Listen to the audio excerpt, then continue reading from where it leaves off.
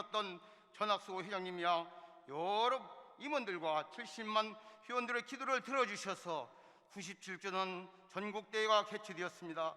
주님, 이제 이 은혜의 문을 활짝 열어주시옵사오니 이곳에 임재하셔서 주의 종들에게 203일 동안 건강 주시고 힘 주시며 능력 주시고 지혜 주시고 피곤치 않게 하여 주셔서 건설하며 주님의 뜻을 이뤄나가는데 조금도 부족함이 없게 하시고, 주님 나라 이번 전국대회 시간마다 마음 한뜻이 되게 하시고 더욱더 선교하며 교육하고 봉사하는 남선교회가 되게 하시며 서로 사랑하며 모든 일에 합력하여 선을 이루는 아름다운 대회가 될 수 있도록 인도해 주셨기만을 간절히 바라옵고, 우리와 동행하여서 새로운 은혜로 채워주시는 우리 주 예수 그리스도를 맞들고 간절히 기도드리옵나이다.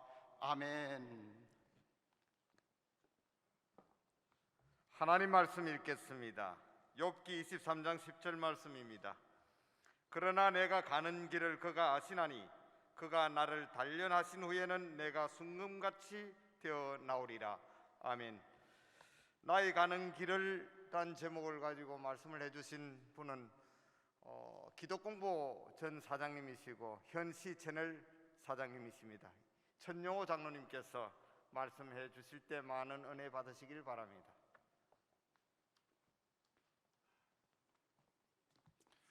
부족한 저를 불러주신 남승여 전국연합회 임원 여러분과 준비위원 여러분께 감사를 드립니다. 이 시간은 제가 만난 하나님, 제가 찾은 참된 행복, 우리의 기도를 들으시며 우리의 눈물을 기억하시는 살아계신 하나님을 간증하기를 원합니다. 저는 경남 진주시 대오면 설매리 562-2분지 8남의 장남으로 태어났습니다. 나이가 30이 되도록 한 번도 교회를 가본 적이 없었습니다. 비록 심신상골에 농사 짓는 아버지, 술을 좋아하시는 아버지 아들로 태어났지만은 저는 꿈은 컸습니다. 크고 싶었습니다. 유명해지고 싶었습니다. 그러나 전국 체전을 나왔지만은 워낙 인맥 없는 집안이라 저를 키워줄 주군이 없었습니다. 그래서 저는 인생을 포기하고 막 살았습니다. 험하게 살았습니다. 해결사로 살았습니다. 그러다 여러분이 알다시피 1980년도 전두환 대통령이 군부 정권을 잡았습니다. 제일 먼저 했던 것이 사회 정화 차원으로 폭력배, 정가자, 거리 불량자들 다 부대로 잡아갔습니다. 이 삼천교육대입니다. 불행하게도 제가 그 잡혀갔습니다. 그 당시에는 저같이 잡혀간 사람은 완전 인간 쓰레기 취급을 당했습니다. 하루하루가 지옥이었습니다. 그럴 때 부산 안락교회 정기범 목사님이 저 면회를 왔습니다. 부대로. 그 당시에는 인권이 없었기 때문에 일체 면회가 안 됩니다. 지금 생각해보면 하나님이 저 영혼을 불쌍히 여기셔서 정기범 목사님 아드님이 청와대에 겁나게 좋은 자리에 있었습니다. 그래서 아드님한테 특별 부탁을 드려서 특별 면회를 오신 거예요. 천사장 부르는데 얼마나 반갑더니 눈물이 날 정도였습니다.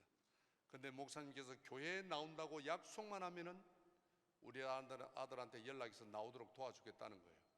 제가 선택의 여지가 없었습니다. 목사님, 제가 나갈 수만 했다면 나가는 다음날 새벽 기도부터 신앙생활을 시작하겠습니다. 그래 그때 약속하고 그때부터 놓아서 지금 예수를 믿고 있습니다. 첫 명절을 맞이했습니다. 저를 하나님이 제일 싫어하는 게 우상숭배라고, 절대 명절 제사상에 절을 하지 마라. 예수 믿는다는 이유로 제사상에 절을 안 했다는 이유로 저는 고향에서 쫓겨났습니다. 그 당시는 예수 믿으면 고마 호적을 파본다 했습니다. 쫓겨나서 부산 오가지고 고향이 그리워도 못 가는 신세가 되었습니다. 그래 기왕에 내가 예수 믿는 거 제대로 안 믿어보자 싶어서 우리 통합교단 부산간 부산 장로신학대학이 있습니다. 제가 부산 장로신학대학에 입학을 했습니다. 비록 제가 평신도지만은 부산 장신대 37기생입니다. 그리고 부산 CBS 방송 또 입사를 했습니다. 또 지금 여러분 작년에 총회장 하셨던 김태형 목사님 교회가 백양로교회입니다. 백양로교회에서 저를 전도사로 청빙을 했습니다. 우리 아내가 얼마나 능력이 있든 돈을 잘 버리는 줄 모릅니다.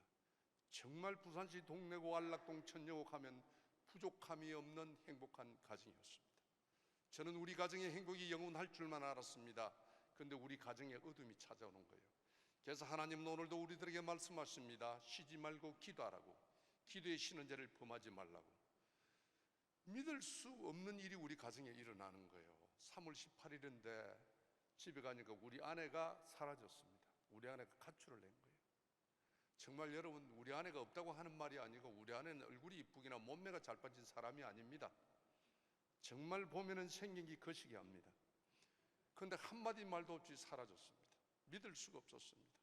교통사고를 당했는지 또 납치를 당했는지 밤이면 밤마다 아내를 기다리며 밤을 새웠습니다. 그런데 믿을 수 없는 일을 믿을 수밖에 없었던 것은 저희 아내가 사라지고 난 뒤 한 달 만에 저 이름으로 했던 모든 재산이 압력이 다 돌아왔습니다. 압류가. 저는 한 달 만에 졸지에 그 많은 재산을 잃고 가정을 잃고 가족을 잃고 주일이면 나갈 교회가 없었습니다. 여러분, 예수 믿는 사람이 주일날 나갈 교회가 없다는 것이 얼마나 고통인 줄 모릅니다. 정말 한 달 만에 일어났던 저 일이 꿈만 같았습니다. 믿어지지가 않았습니다. 정말 용서할 수 없는 아내, 이해할 수 없는 하나님, 너무나 하나님이 원망스럽고 너무나 우리 아내가 미웠습니다. 아내에게 버림을 받았다는 것은 여러분 피가 마릅니다. 용서할 수가 없었습니다. 여러분, 이럴 때 힘들 때 찾아오는 유혹이 있습니다. 죽음입니다. 자살입니다. 저는 자살하는 사람의 심정을 조금은 압니다.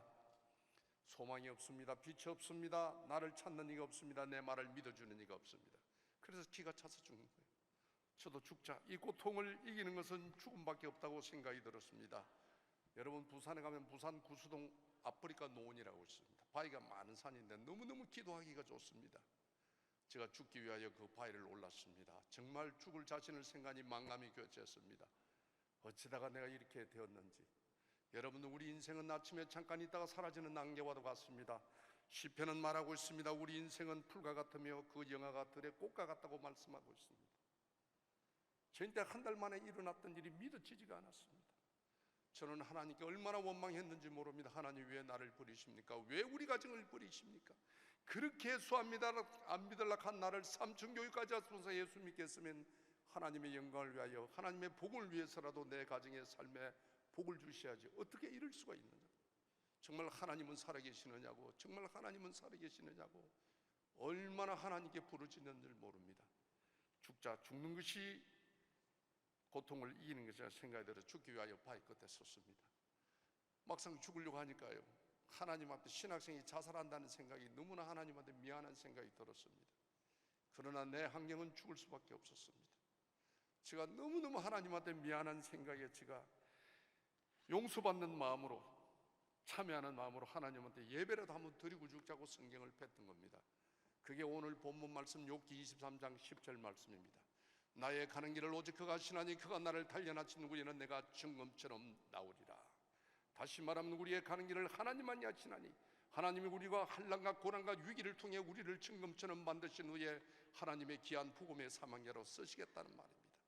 하나님도 얼마나 급하셨던지 이 말씀에 빛을 냅니다. 영호야, 내가 너를 버린 것이 아니라 내가 너를 단련하여 증검처럼 단련하여 너 가문의 복음의 증거자로 너를 쓰겠노라. 이는 깨달음을 주시는 거예요. 그 빛이 저를 살렸으며 그 말씀이 오늘날 저를 장로로 세웠습니다. 환난 날에 나를 부르라. 내가 너를 건지리니 너가 나를 영화롭게 하리라고 오늘도 하나님은 우리들에게 말씀하고 있습니다. 여러분, 힘든 일이 있습니까? 어려운 일이 있습니까? 억울한 일이 있습니까? 우리 삶의 주인 되시는 주님 앞에 무릎을 꿇으십시오. 여러분, 에스겔 16장 말씀을 보십시오. 사랑하는 내 딸아, 사랑하는 내 아들아, 피투성이라도 살아만 있으라고 하나님이 우리들에게 호소하고 있습니다. 포기하지 않으면 우리의 갈 길을 인도해 주신다는 말씀입니다. 우리의 전 문제도 우리 자녀들의 미래도 하나님 손에 있음을 믿으시기를 바랍니다. 저는 그 일을 통해 30여 년 전에 2년 6개월 동안 노숙자를 했습니다. 비가 오면 피할 곳이 없었습니다. 해가 지면 이 몸 하나 감출 곳이 없었습니다. 어쩌다가 내 인생이 이렇게 되었는지, 내 인생을 짓밟은 우리 아내를 용서하지 아니라 밤이면 밤마다 이를 갈며 밤을 새웠습니다. 그 당시는 부산 전체 교회가 1350개 정도 됐습니다. 집회하는 교회를 제가 다 찾아다녔습니다. 어느 집회하는 교회에 가서 뒷자리 딱 앉아 강사님이 그러시는 거예요. 이 중에 원수가 있습니까? 용서 못할 사람이 있습니까? 죽도록 미운 사람이 있습니까? 그런 거예요. 저는 우리 아내가 죽도록 미웠습니다. 그래서 고개 숙여 있으니까 그 강사님이, 여러분, 바닷가에 가면 조개 껍질이 많이 있습니다. 왜 조개 껍질이 많이 있습니까? 태풍이 오면 태풍이 파도를 쳐서 파도가 모래를 치면 모래가 조개에게 상처를 주면 그 모래 상처 때문에 일반 조개가 다 죽고 만다는 것입니다. 그러나 여러분, 진주 목걸이를 만드는 진주조개는 그렇지 않답니다. 진주조개는 모래가 상처를 주면 자기 진액으로 모래를 한 겹 두 겹 감싼 것이 빛난 진주가 된다는 것입니다. 내 육신에 내 영혼에 아픔을 주는 모래 같은 사람을 용서하지 못하면 내가 죽고 만다는 것입니다.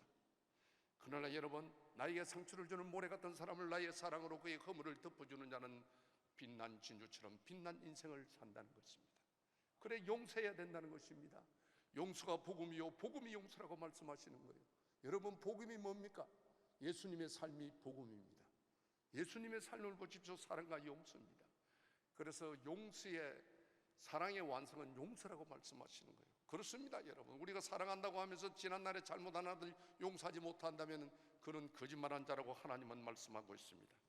여러분은 마태복음 6장 말씀을 보십시오. 너희가 사람의 잘못을 용서하지 아니하면 너희 하늘 아버지께서도 너희 잘못을 용서하지 아니하시려니와 너희가 사람의 잘못을 용서하지 아니하면 너희 아버지께서도 너희 잘못을 용서하지 아니하리라고 말씀하고 있습니다. 사랑하는 남성교회 회원 여러분, 이 시간 꼭 용서하는 시간이 되시기를 바랍니다. 저는 그 말씀이 너무너무 그날 은혜스러워서 원수 같은 아내를 용서하겠노라고 아멘 그랬습니다. 그래가 집회가 끝났습니다. 모든 사람이 가정으로 돌아갔습니다. 저는 부산 시내 집회하는 교회를 찾아다니는 이유는 말씀의 갈급함도 있지만 저는 노숙자였기 때문에 잘 곳이 없었습니다. 집회하는 교회, 기도한다는 맹목으로 남은 교회 뒷자리 기도하다가 나가는 것이 저 일상의 삶이었습니다. 그날도 턱밑나무 교회 뒷자리에 참을 청합니다. 일주일도 아니고 한 달도 아니고 2년을 넘어서는 가운데 있었습니다. 하나님, 너무 힘듭니다. 너무 힘듭니다. 왜 이대로 둡니까? 이제 저는 못 견디겠습니다. 하나님께 원망하고 있을 때 하나님의 음성이 들립니다. 영호야, 너 힘든 줄만 알고 너 때문에 오늘날 얼마나 많은 사람이 힘들게 사는지 아느냐? 그러시는 거예요. 여러분, 우리 이 말씀 한번 생각해 보셔야 됩니다. 우리가 내 아픔만을 기도하고 있습니다. 내 상처만을 아파하고 있습니다. 내가 누구 때문에 상처받았다고. 여러분, 나의 검증되지 않은 말 때문에, 나의 생각 없이 내뱉는 내 행동 때문에 얼마나 많은 사람에게 아픔을 주는지 생각해 보시기를 바랍니다. 저는요, 너무 내 처지가 힘들어서 하나님의 말씀을 깨달지를 못했습니다. 하나님, 내만큼 처참한 사람이었습니까? 내만큼 힘든 사람이었습니까? 내가 누구를 힘들게 했단 말입니까? 힘들게 한 사람이 있으면 이름을 대보라고 제가 따지고 달라들었습니다. 그럴 때 하나님이 존말해도 못 알아들으니까 회개의 영을 주십니다. 보라고. 얼마나 네가 30년 동안 잘 나갔던 그 시절에 많은 사람의 마음에 못을 박았는지 보라는 겁니다. 용서받지 못할 죄를 반복하면서도 한 번도 내 잘못을 뉘우치지 못하고 회개하지 못한 내 자신이었습니다. 내가 죄를 넘겨인 줄 알고 살았던 해결사였습니다. 정말 숨기고 싶은 과거, 용서받지 못할 죄악들, 부끄러운 지난날의 삶을 하나님이 필름처럼 보여주는 겁니다. 얼마나 부끄러웠는지 모릅니다. 저는 그날 밤에 제가 죄인임을 깨달았습니다. 내가 도리어 용서받아야 될 사람임을 깨달았습니다. 저는 눈을 감았습니다. 그럴 때 하나님이 또 보라는 겁니다. 얼마나 네가 잘난 척하며 아내를 무시하고 살았는지 보라는 겁니다. 2년 동안 찾아 헤맸던 우리의 아내 한상을 하나님이 보여주시는 거예요. 우리 아내가요, 암이 걸려가지고 배가 벌렁하니까 팔다리는 모기다리 같았습니다. 죽어가는 우리 아내를 하나님이 보여주시는 거예요.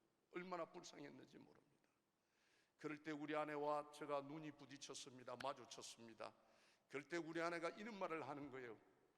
내가 저 사람을 만나지 않았더라면 내 인생이 이렇게 끝나지는 않았을 것인데, 나와의 만남을 후회하며 병들어 죽어가는 우리 아내의 한상을 하나님이 보여주시는 거예요.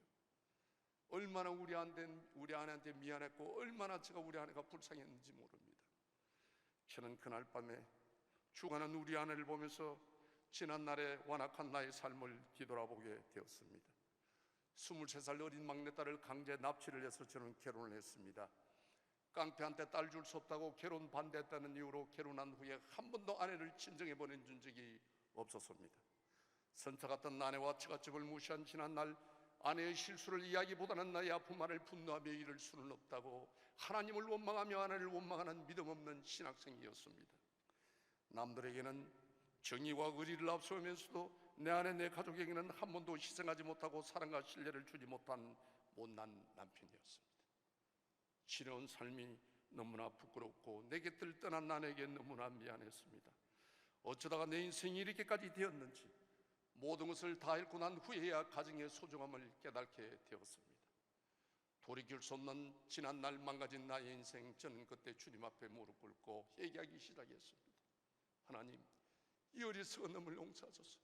아내에게도 인정받지 못하는 형편없는 놈입니다. 성질 더러운 남편 잘못 만나 한평생 눈물 흘리며 살아온 불쌍한 우리 아내, 오죽 남편이 사랑이 없었으면 생명 같은 자녀를 두고 집을 나가면서 한 번쯤 남편에게 용서를 구하지 않았겠습니까? 하나님, 이대로는 끝날 수 없습니다.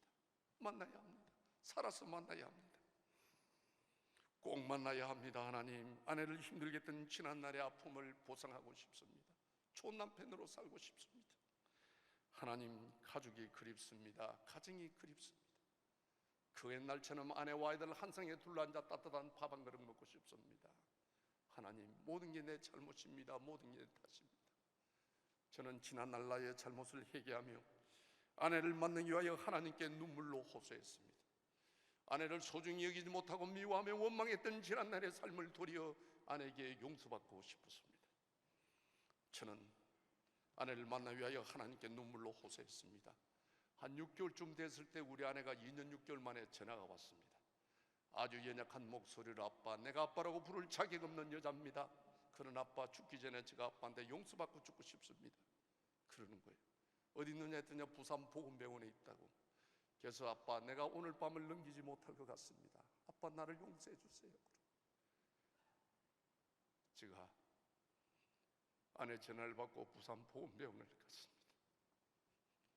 보건병원 가서 아내를 딱 보는 순간 하나님이 6개월 전에 보여주던 환상처럼 간암 복수가 걸려가지고요, 배마블렁 배꼽까지 이만큼 튀어나오고 팔다리는 모기다리 같았어요. 정말 죽어가는 아내를 보면서 얼마나 불쌍했는지 저는 아내를 보는 순간 그 자리에 무릎 꿇고 하나님, 한 번만 살려주십시오. 죽을 사람은 접니다. 제가 죄인입니다. 하나님, 이대로 보낼 수 없습니다. 한 번만 용서해. 아내를 만난 지 2개월 반 만에 결코 아내를 고치지를 못했습니다. 그래서 병원에서 아내를 데리고 나가라고 그럽니다. 더 이상 진료를 할 수가 없었습니다. 또 제가 노숙자였기 때문에 2년 6개월 동안 2달 반 만에 병원비를 정산 못해가 네 발로 기는 아내를 데리고 병원을 나오게 됐습니다. 저는 병원을 놓았지만 갈 데가 없었습니다. 진행하는 버스를 보면서 하루 종일 제가 탈 버스가 없었습니다. 내가 68년 인생을 살면서 제일 슬픈 날이 지금도 큰 날입니다. 갈 곳이 없다는 것이. 그래서 해가 진 후에 우리 아내를 데리고 5천짜리 여인숙을 갔습니다. 아내가 서지 못하고 네 발로 기면 배꼽이 쭉 끌립니다. 하루하루 꺼져가는 등불 같은 아내를 보면서 얼마나 마음이 아팠는지 모릅니다. 내가 할 수 있는 일이 아무것도 없었습니다. 죽어가는 아내를 보면서 남편이 할 수 있는 일이 아무것도 없었습니다. 아내가 진통이 오면 힘들 때마다 우리 아내와 같이 손을 잡고 둘이 눈물밖에 없었습니다. 아빠, 미안해. 내가 착한 여자가 되지 못했어. 미안하다. 아빠. 나를 용서해둬라. 아니야, 내가 나쁜 놈이었어. 내가 당신한테 잘못했어. 당신 보내지 않을 거야. 어떤 일이 있어도 당신 혼자 보내지 않을 거야. 그러나 날이 갈수록 아내는 점점 꺼져가는 등불처럼 살아갑니다. 죽어가는 아내를 하루하루 본다는 것이 여러분 얼마나 진짜 고통인 줄 모릅니다. 아내가 잠이 들면 죽은 것 같아요. 그래서 아내 코에 기를 댑니다. 죽었는지 살았는지. 잡는 줄 알면 제가 여인숙 화장실에 가서 변기통 앞에 사람들 시끄러울까 머리를 묶고 하나님, 한 번만 살려주십시오. 한 번만 살려주신다면 뒤돌아보지 않겠습니다. 아내 잘못을 묻지 않겠습니다. 바르게 살겠습니다. 내 말씀대로 살겠습니다. 주님 앞에 기도합니다. 우리 아내가 그 기도 소리를 듣고 네 발로 기서 화장실까지 옵니다. 아빠, 나 때문에 울지 마라. 나 편하게 보내두라. 회개하다 죽고 싶다. 기도원에 좀 보내둬라 하는 거예요. 그래서 네 발로 기는 아내를 데리고 부산에 가면 김해 무직산 기도원이 있습니다. 지금도 차가 들어가지 않은 곳입니다. 그 무직산 기도원을 올랐습니다. 시골에 2년 6개월 동안 떨어져 있던 3학년, 5학년 두 우리 자녀들 데리고 왔어요. 마지막 엄마 가기 전에 얼굴을 한번 보라. 근데 이 애들이 2년 6개월 동안 아무런 이유도 모르고 떨어져 있다가 죽어가는 엄마를 보니까 애들이 엄마를 잡고 통곡을 합니다. 하나님, 우리 엄마 한 번만 살려줘. 제가 그 모습 보고 있으니까 너무너무 내 인생이 허무한 거예요. 어쩌다가 예수 믿고 이렇게 되었는지. 하나님, 한 번만 살려주십시오. 제 애들 봐서라도 한 번만 살려주십시오. 꼭 그래도 하나님 용서가 안 된다면 하나님 1년만 생명을 연장시켜 주십시오. 1년만이라도 남편으로 한번 하겠습니다. 이대로 아내를 못 보냅니다. 내가 우리 아내를 저주하고 미워했던 만큼 우리 아내가 불쌍했습니다. 아프면서도요, 자기 지은 죄가 있기 때문에 아프다 손을 놔지 않고 눈물 흘리며 연약한 손을 파닥파닥 흔들며 이를 갈며 눈물 흘리는 아내를 볼 때 얼마나 불쌍했는지 모릅니다. 하나님, 1년만 살려주신다면 1년 후에는 아내를 데리고 제가 같이 가겠습니다. 하나님, 아내만은 못 보냅니다. 아내만은 못 보냅니다. 3월 1일인데도 기도원이 얼마나 춥던지 저희 아내가 하룻밤 새고 났는데 견디지를 못합니다. 다시 내려가자고 그럽니다. 그래서 애들하고 또 기도원을 다시 내려옵니다. 앞을 보면 거지 같은 우리 두 자녀들, 뒤로 보면 네 발로 거꾸로 기어 내려오는 죽어가는 우리 아내. 내가 예수 믿고 어떻게 이렇게 망할 수가 있을까. 정말 너무나 하나님이 원망스러웠습니다. 제가 하늘을 향해 걸었습니다. 해도 너무하신다고, 예수 믿고 나만큼 망한 사람이 있으면 나오보라고 제가 소리를 질렀습니다. 그럴 때 뒤에 어떤 청년이 따로 내려오는 거예요. 그 청년이 우리 네 발로 기어 내려오는 우리 아내를 보고 어디 아프시느냐고, 자기 어머님이 입이 돌아갔는데 아무 병은 아무 침술 마저도 안 되는데 어떤 기도하는 권사님한테 기도받고 입 돌아와도 그안 가보시라는 거예요. 제가 너무 지치고 내가 신학생이었기 때문에 제가 그 말을 듣지 않았습니다. 1년 넘도록 복음병원이 있어도 못 고치는 병을 기도하는 권사님이 어떻게 고치겠느냐고. 그래서 다시 그 청년은 가고 다시 우리 아내를 데리고 우리 애들하고 또 여인숙을 왔습니다. 하루 갑니다, 이틀 갑니다. 우리 아내 죽기만을 바랍니다. 길이 없습니다. 근데 저희 아내가 그러는 거야. 아빠, 그 청년이 말하던 그 권사님한테 기도 안 받으면 안 되겠느냐 그러는 거예요. 제가 안 된다 그랬습니다. 제가 신학생이었기 때문에. 근데 저희 아내가 아빠, 내가 낫기 위해서 기도받는 게 아니고 고통 없이 죽고 싶다는 거예요. 너무너무 고통스럽다. 그 말을 들으니까 너무 안 되는 거예요. 우리가 왜 기도받습니까 여러분? 응답받기 위하여, 치료받기 위하여, 축복받기 위하여 기도하는데 죽기 위해서 기도받는다는 게 얼마나 고통스러운 일일까 싶어서 그 청년이 말하던 그 근사님을 수소문해서 찾아갔습니다. 그래 근사님 집에 찾아가서 우리 아내를 부었는데 그 근사님이 우리 아내 올라온 배꼽 위에 손을 올립니다. 하나님의 살아계심을 보리라, 하나님의 선하심을 보리라, 예수의 이름으로 맹하노니 일어날지어다 그러시는 거예요. 여러분, 우리 여기 오신 장로님, 안수지 집사님, 남성교회 수련회 올 정도 되면 성경 1독 이상은 했다고 저는 믿습니다. 우리가 성경 1독 이상 하면 하나님이 홍해를 가르시며 반석에 물을 나가게 하시며 죽었던 나사로, 썩었던 나사로, 냄새가 났던 나사로를 살려줬던 하나님의 이적과 기적을 모르는 분은 없습니다. 그러나 그 이적과 기적이 오늘 이 시간 일어날 거라고 믿는 사람이 과연 몇 프로나 되겠습니까? 저는 신학생이었지만 믿지 않았습니다. 그런데 그 권사님이요, 우리 안에 배꼽 위에 손을 기도하는 그 순간 복음병원에서 1년 넘도록 치료하지 못했던 그 가남의 복수가 그날 그 자리 소변으로 다 터지는 거예요. 박수 한번 칩시다.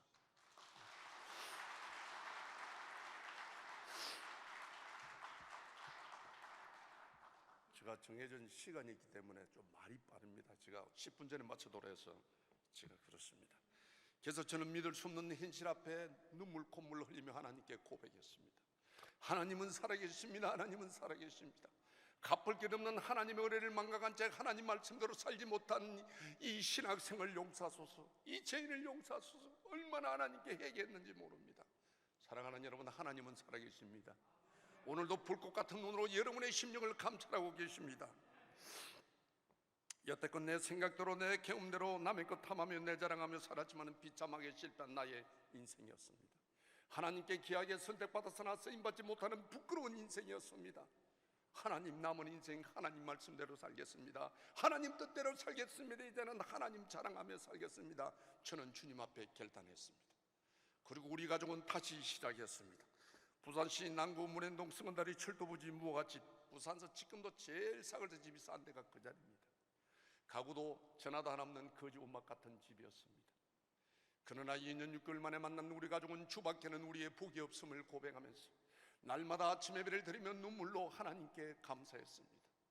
예수를 믿고도 거듭나지 못한 나에게 하나님은 갈라디아서 2장 20절 말씀을 통하여 큰 깨달음을 주었습니다. 내가 그리스도와 함께 십자가에 못 박혔나니 그러기 이전엔 내가 사는 것이 아니요 오직 내 안에 그리스도께서 사시는 것이라. 우리는요 하나님께 십자가에 못 박은 사람들입니다. 우리 안에 그리스도와 사셔야 합니다. 저는 신학생이 있다만 내 감정, 내 정욕, 내 주장, 내 고집대로 살았습니다. 진실하게 살지도 못했습니다. 남의 것 탐하며 살았습니다. 하나님은 말씀합니다. 내가 거룩하니 너희도 거룩하라. 거룩함이 하나님의 뜻이라고 말씀하고 있습니다. 사랑하는 남성교 여러분, 하나님 뜻대로 사시기를 원하십니까? 거룩한 삶을 사십시오. 하나님, 거룩한 삶이 어떤 삶입니까? 이 거룩함의 하나님 비밀을 깨닫게 하더라고. 저는 하나님 뜻대로 살기를 원합니다. 하나님 뜻은 거룩한 삶입니다. 하나님, 거룩함의 비밀이 무엇입니까? 기도하는 중에 하나님은 거룩한 삶이란 하나님의 것을 하나님의 것으로 구별하는 삶이 거룩한 삶이라는 깨달음을 주시는 거예요. 여러분, 그렇습니다. 우리 성경을 보십시오. 하나님의 말씀을 통하여 천지를 창조하신 후에 우리들에게 다스리라고 맡겨주었습니다. 맡겨주었다고 내 마음대로 내 고집대로 내 뜻대로 하는 게 아닙니다. 여러분, 성경을 정독해 보십시오. 하나님의 뜻이 있습니다. 하나님의 주권이 있습니다. 이거를 지켜야 된다는 것입니다. 그래서 하나님의 것이 무엇입니까? 제가 하나님의 거룩한 비밀 두 가지를 깨달았습니다. 그 한 가지는 출애굽기 20장 8절 말씀입니다. 주일은 하나님의 날인즉 거룩하게 지키라. 여호와께서 주일을 복되하여 그 날을 거룩하게 하였느니라고 말씀하고 있습니다. 여러분, 주일은 구별된 날입니다. 춥다고 덥다고 바람 분다고 눈 온다고 비 온다고 내 마음대로 가고 오가 아닙니다. 여러분, 하나님의 뜻대로 사시기를 원하시는 분은 반드시 주일 성수를 하셔야 된다는 겁니다. 여러분, 하나님께서는요 우리 사람에게만 여러분 선택의 방법을 줬습니다. 선택의 자유를 주신 거예요. 반드시 이리 하면 일이 될 것이요 이러면 일이 된다고 말씀하고 있습니다. 주의를 지키는 자에게는 하나님이 이사야 58장에 말씀하고 있습니다.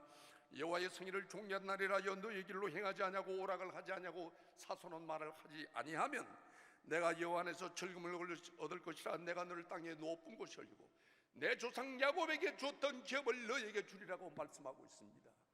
주일만 바로 지켜도 하나님이요 야곱에게 줬던 기업을 우리에게 주신다고 말씀하고 있습니다. 믿습니까? 믿으셔야 합니다. 저는 두 번째 하나님의 거룩한 비밀을 깨달았습니다. 레위기 27장 30절 말씀입니다. 11조는 하나님의 것이요 하나님의 성물이라고 말씀하고 있습니다. 여러분, 11조는 내가 힘든다고 어렵다고 짜친다고 주고 안 주고 아닙니다.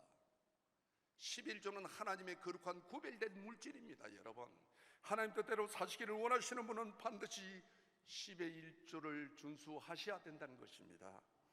하나님은 말씀합니다. 말라기 3장 10절 말씀을 통하여 온전한 11조를 하나님께 드리라. 그럼 너희 창고가 곳간이 차고 넘치도록 복을 쌀 곳이 없도록 내가 너에게 주는지 안 주는지 만군의 여호와 하나님을 시험해보라고 말씀하고 있습니다. 여러분, 성경 66권에요 하나님을 시험하는 구절은 이 절밖에 없습니다.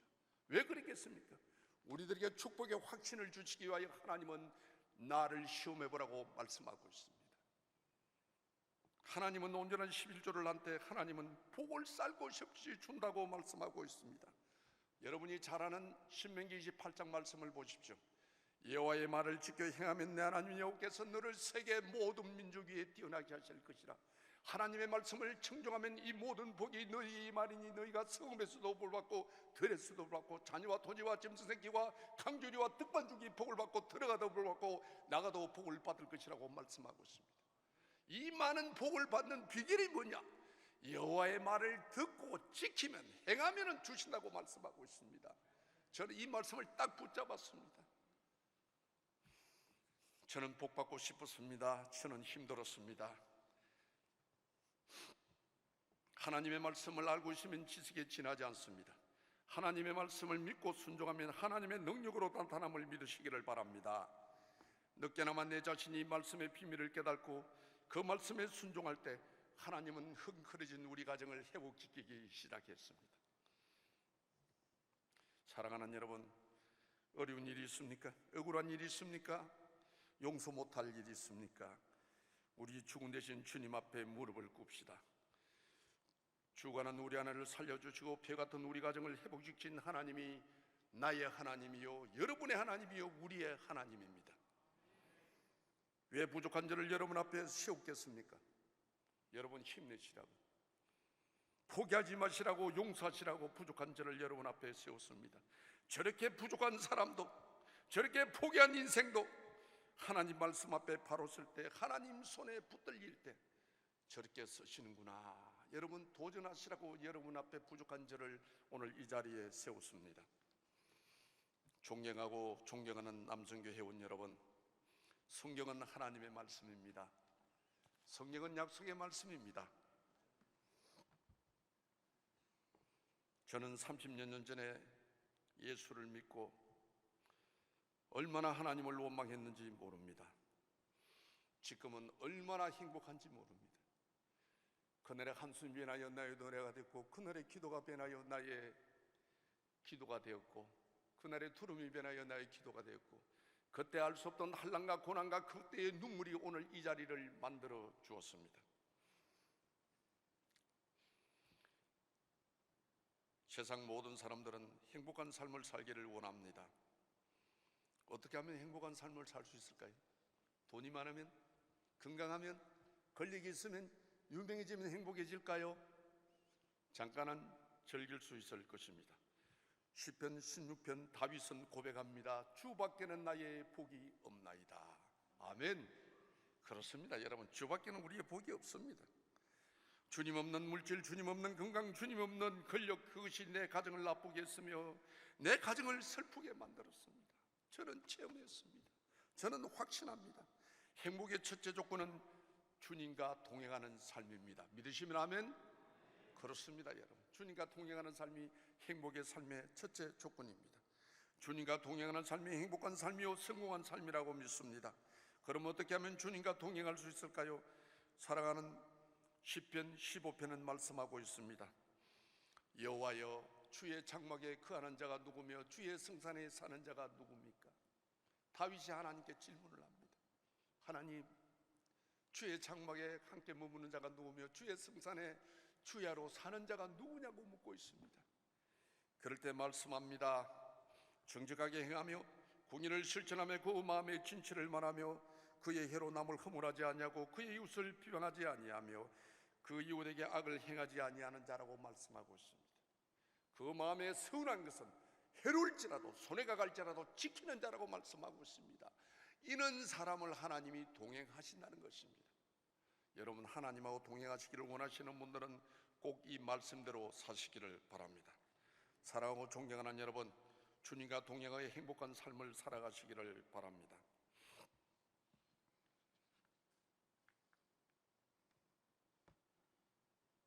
기왕 예수 믿는 것, 말씀에 순종하며 살아갑시다. 기왕 선택받은 것 하나님께 쓰임받고 삽시다. 감사의 눈으로 과거를 돌아보며 소망의 눈으로 미래를 바라보는 것이 신앙의 삶입니다. 하나님은 오늘도 우리들에게 말씀하고 계십니다. 두려워 말라, 내가 너와 함께함이니라. 놀라지 말라, 나는 내 하나님이 됨이니라. 내가 너를 굳세게 하리라. 참으로 너를 도와주리라. 참으로 나의 오른손으로 너를 붙들리라. 감사합니다.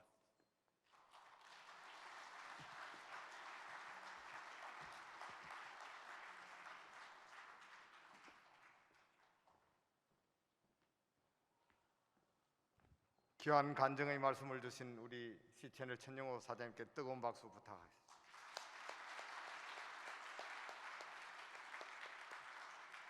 이것으로 6강 마치겠습니다. 총무님 강구 있겠습니다.